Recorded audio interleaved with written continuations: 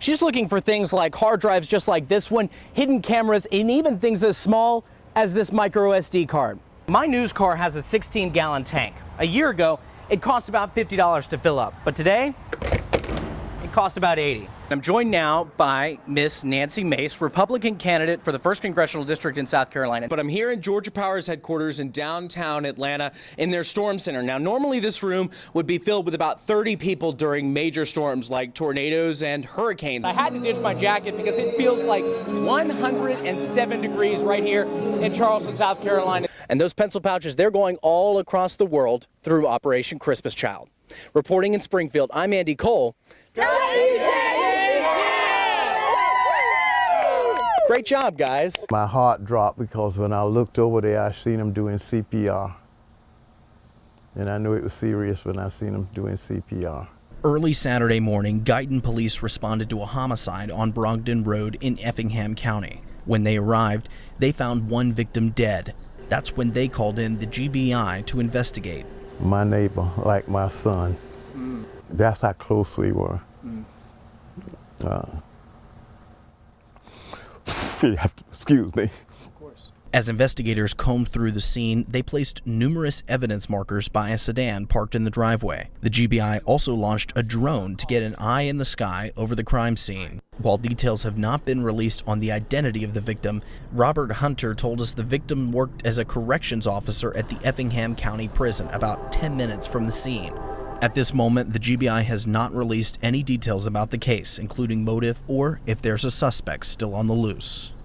Our Andy Cole was the only Savannah reporter there and brings us this exclusive report. Serving 2.4 million Georgians across the state, Georgia Power is the largest utility service in the Peach State.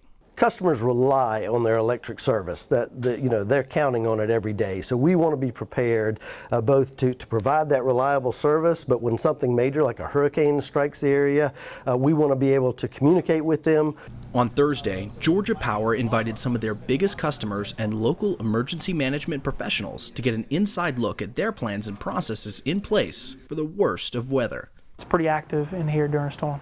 The state-of-the-art Storm Center brings together critical team members and resources when they're needed the most. It isn't staffed 24/7, but comes online about a week before hurricanes make landfall. There, teams organize people and resources to get power restored as quickly as possible.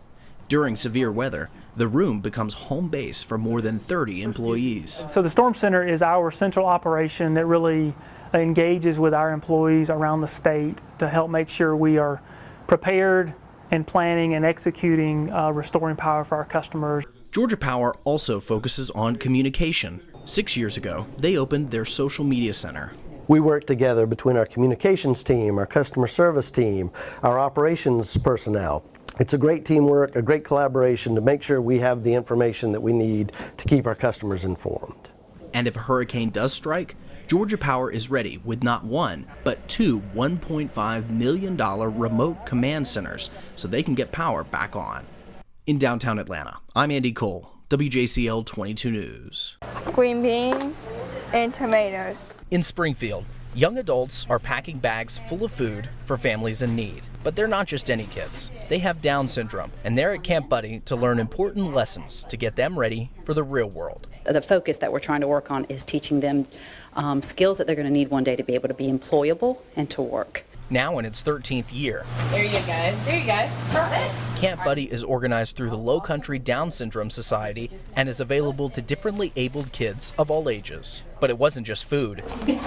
The older group also stuffed pencil pouches full of school supplies for students in need across the globe. And you can see that sense of accomplishment and then when they realize I actually did this, and they may have struggled with it a few times. For some of the older kids, it wasn't their first time. In fact, some have been coming year after year since they were 3 and 4 years old. And while the goal is to teach the kids, the volunteers are learning something themselves. Sometimes, we talk about teaching them the skills, but at the end of the day, they have taught me more than I could ever have thought of teaching them. So it's been a wonderful experience. Now that food they put together, it's going to be made available to the community at God's Mission House. And those pencil pouches, they're going all across the world through Operation Christmas Child. Reporting in Springfield, I'm Andy Cole. Great job, guys.